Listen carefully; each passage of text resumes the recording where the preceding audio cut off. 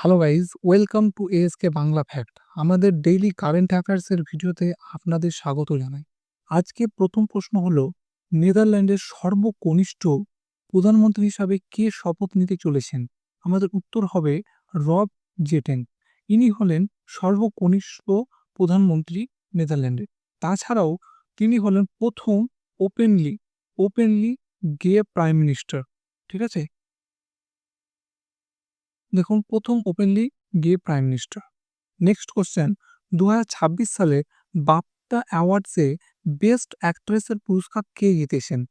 Answer হবে JC বাকলে। JC বাকলে best অ্যাক্ট্রেসের award পেয়েছেন।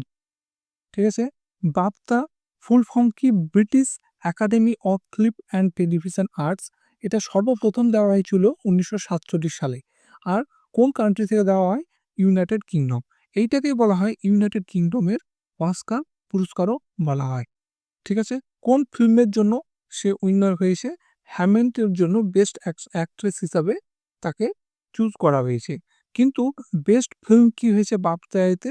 সেটা হলো one battle after another. Total কতটি অ্যাওয়ার্ড পেয়েছেন? এই সিনেমাটা 6টি অ্যাওয়ার্ড পেয়েছেন। 2026 সালের বাফটাতে বেস্ট অ্যাক্টরের পুরস্কার কে জিতেছেন? সেটার অ্যান্সার হবে Robert Aramayo. Robert Aramayo best অ্যাক্টরের পুরস্কার জিতেছেন। 2026 সালের বাফটাতে best children and family film পুরস্কার কোন ভারতীয় চলচ্চিত্র ভারতীয় চলচ্চিত্রটি জিতেছে? ভালোভাবে এটা মনে রাখবেন, ভারতীয়। সুতরাং এটা কিন্তু খুব ইম্পর্টেন্ট একটা কোশ্চেন। যেমন option A Hamnet, option B Boone, option C Sinners, option D Arco. আমাদের অ্যান্সার হবে বুন। এটা নেক্সট কোশ্চেন বলছে, বুং চলচ্চিত্রটি কোন ভাষায় নির্মিত? আমাদের অ্যান্সার কি হবে? অ্যান্সার হবে মণিপুরি ভাষায় তৈরি হয়েছে। এর মেন থিম কি ছিল? মণিপুরের যে বর্ডার এলাকা আছে, সেই বর্ডার এলাকার উপর ভিত্তি করে সিনেমাটা তৈরি হয়েছে। ঠিক আছে, দেখুন, বেস্ট ফিল্ম হলো বুম। তারপরে best children and family film হিসাবে চুজ করেছে। ল্যাঙ্গুয়েজ কোন ল্যাঙ্গুয়েজে ছিল? মণিপুরি। আর এর ডিরেক্টরকে লক্ষ্মীপ্রিয়া দেবী। লক্ষ্মীপ্রিয়া দেবী হলো এর ডিরেক্টর, কিন্তু প্রডিউসার হলেন ফারহান আক্তার অ্যান্ড রিতেশ সিধওয়ানি। কোন কোন সিনেমাকে এরা এই সিনেমাটি কি করেছে? হারিয়েছে। জুটোপিয়া 2, লিলো অ্যান্ড স্টিচ অ্যান্ড হারকো। এই সিনেমাগুলোও কিন্তু খুব ভালো সিনেমা, এগুলো খারাপ সিনেমা নয় কিন্তু। ঠিক আছে, ইন্দিরা গান্ধী সুখ শিক্ষা যোজনা কোন রাজ্য সরকার চালু করেছে? হিমাচল প্রদেশ, উত্তরপ্রদেশ, উত্তরাখণ্ড নাকি পাঞ্জাব? আমাদের অ্যান্সার হবে হিমাচল প্রদেশ। এবার তোমরা বলবে ইন্দিরা গান্ধীর সুখ শিক্ষাটা কি?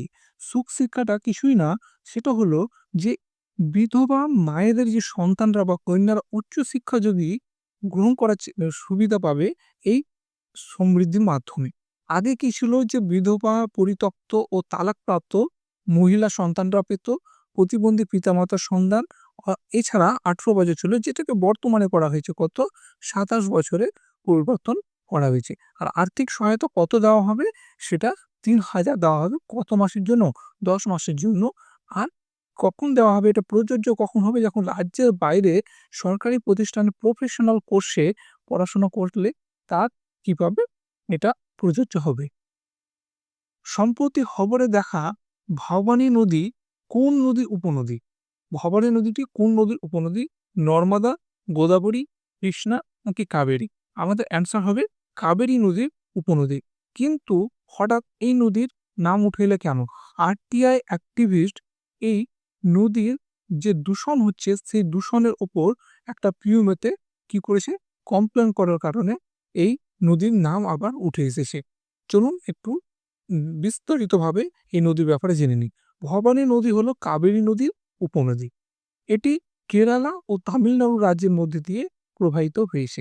উৎপত্তি স্থল কোথায়? নীলগিরি পাহাড়, মানে ওয়েস্টার্ন ঘাটে। এটি সাইলেন্ট ভ্যালি ন্যাশনাল পার্ক, মানে কেরালার মধ্যে দিয়ে প্রবাহিত এরপর আবার তামিলনাড়ুতে প্রবেশ করে। মিলনস্থল, ঠিক আছে, কাবেরী নদীর সাথে মিলিত হয় ভবানী তামিলনাড়ুতে। নিকটে ভবানী সংগমেশ্বর টেম্পল। তামিলনাড়ু এটা কেমন নদী? দ্বিতীয় বৃহত্তম নদী। ঠিক আছে।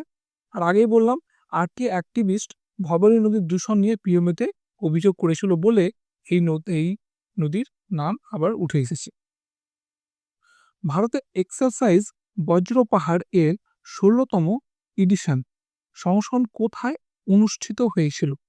Option A Himachal Pradesh, option B Uttarakhand, option C Rajasthan, option D Gujarat. Answer কি হবে? উত্তরাখণ্ডে। কার সাথে এই বজ্র পাহাড় হয়েছে? বজ্র পাহাড়ের 16তম এডিশনটা হয়েছে ইন্ডিয়ার সাথে। কার? ইউএস।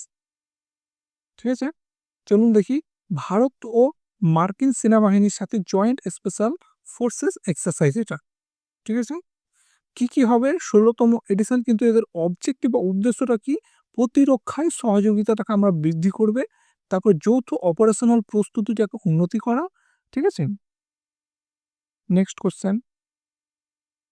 সম্প্রতি আরসাইমা শিয়াহাইন্স নামক নতুন কোবরা লিলি প্রজাতি ভারতের কোন উত্তর পূর্বাঞ্চলীয় রাজ্যে আবিষ্কৃত হয়েছে? Option A Assam, option B Manipur, option C Mizoram, option D Nagaland. Answer কি হবে আমাদের? মিজোরাম। ঠিক আছে, নতুন প্রজাতিটা প্রায় উচ্চতাটা প্রায় কত? 1.08 মিটার, মানে প্রায় 3.5 ফুট। ঠিক আছে, কোবরা খনার মতন আকৃতি। ভাঞ্জেভি দিদি উদ্যোগটি কোন টাইগার রিজার্ভে চালু হয়েছে? Bandipur tiger reserve, Palamu tiger reserve, Corbett tiger reserve নাকি কানহা টাইগার রিজার্ভ? অ্যান্সার হবে পালামু টাইগার রিজার্ভে তৈরি হয়েছে। কেন? এর মেন কারণ হলো যে এটা কোথায় কোথায় আছে টাইগার রিজার্ভটা? টাইগার রিজার্ভ আছে ঝাড়খণ্ডে। আর ওমেন লেড ইনিশিয়েটিভ এটা। ঠিক আছে, তো কত টাকা করে দেওয়া হবে? মাসে 3000 টাকা করে দেওয়া হবে, এবং প্রত্যেকটা ভিলেজ থেকে 18 জন মহিলাকে নেওয়া হবে। প্রজেক্ট টাইগার শুরু হয়েছিল কত সালে? 1973 সালে প্রজেক্ট টাইগার কিন্তু তৈরি হয়েছিল। Thanks for watching. আমাদের এই ভিডিওটি পিডিএফ পেতে আপনারা টেলিগ্রাম চ্যানেলে যোগ করতে পারেন। থ্যাংক ইউ, ভালো থাকবেন, সুস্থ থাকবেন।